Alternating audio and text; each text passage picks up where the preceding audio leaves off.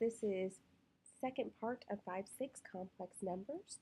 We've got examples 4, 5, 6, 7, and 8 to go through today.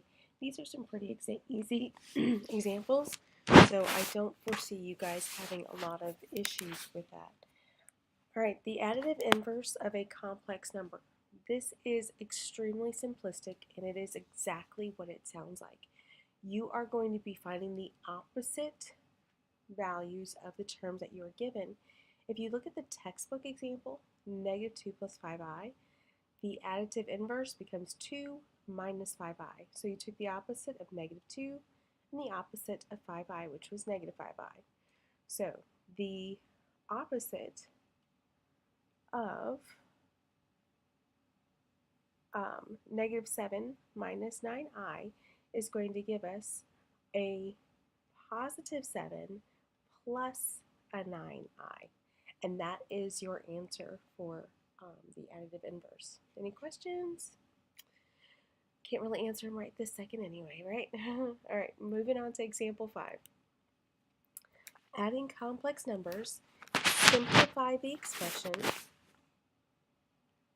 3 plus 6i minus the expression 4 minus 8i. With respect to this problem, you need to distribute that negative to the terms inside the adjacent, wow, I don't know what happened there, to the adjacent binomial. So that's going to give us 3 plus 6i minus 4 plus 8i. So we now need to add like terms. So 3 minus 4 is negative 1. 6i plus 8i is 14i. So simplifying this expression, we have negative 1 plus 14i. Is that in the form of a plus bi? It sure is, so we're good. Example 6, multiplying complex numbers. Okay, this in itself isn't hard, but you will have to recall the list I gave you of the different I values last Friday. So I, we know, is the square root of negative 1. I squared is the same as negative 1. I cubed is negative square root of negative 1. And then finally, I to the 4th is equal to positive 1. So if you did not get that written down in your notes last Friday, make sure you get that written down today. Okay. All right, so now coming over here and looking at 3i times 8i. So we have 3 times 8, and we have I times I. 3 times 8 is 24. I times I is I squared. So I squared is the same as negative 1, so that gives us 24 times negative 1. So that's going to give us a negative 24. And that is the answer. Okay, so now looking over here at B, we have 2 binomials, so we're going to need to FOIL. So we've got 3 times 2, which gives us 6. Outside, 3 times negative 4i is negative 12i. Inside, negative 14i. And then the last, negative times a negative is positive. 7 times 4 is 28. And then I times I is I squared. Okay, so negative 12i minus 14i is negative 26i. You still have that 6, we bring that down. And over here we have 28 times I squared. But remember, I squared is negative 1. So 28 times negative 1 is negative 28.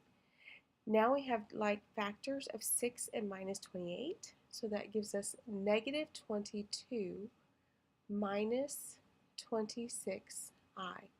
And this is in the form of a plus bi, so that is the final answer.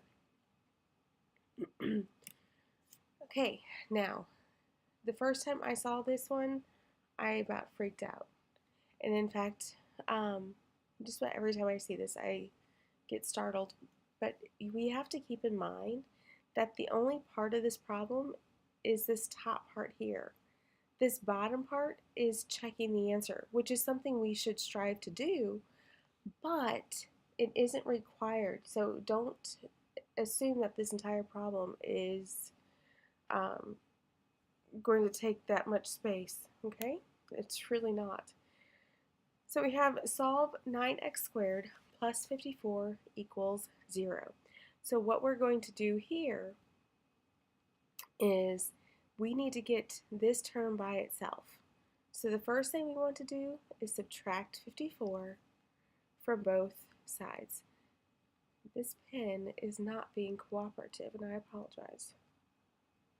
So now we have 9x squared equals negative 54. Okay, so now we divide both sides by the 9, and that gives us, whoa, x squared equals negative 6. Okay, so now to solve this for x, currently we are squaring it, so the opposite operation is to take the square root. So now the square and square root cancel out, and you have x equals the square root of negative 6. Well, now recall that square root of negative 6 can be written as square root of negative 1 times the square root of 6. Square root of negative 1 is the same as I, and then you have times root 6. So x equals, and I forgot something, didn't I? Plus or minus I root 6.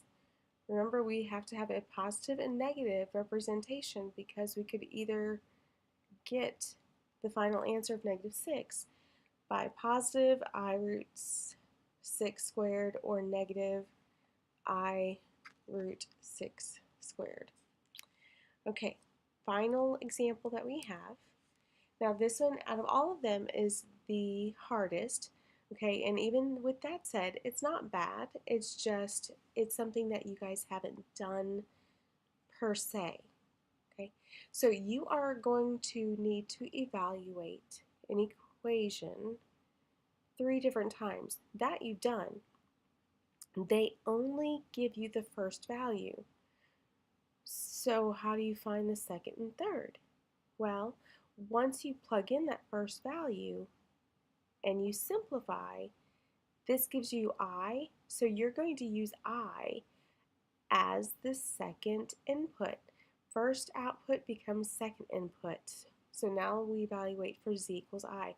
That's in this particular case. That is not in every single equation. So we've plugged in I, and we get negative 1 plus I. So then we take this and plug it into the equation, the function, and the final answer is negative I. So the first 3 output values are I, negative 1 plus I, and negative I. All right, so now let's take a look at the one for your notes. Find the first 3 output values for f of z is z squared minus 4i. Use z equals 0 as the first input value.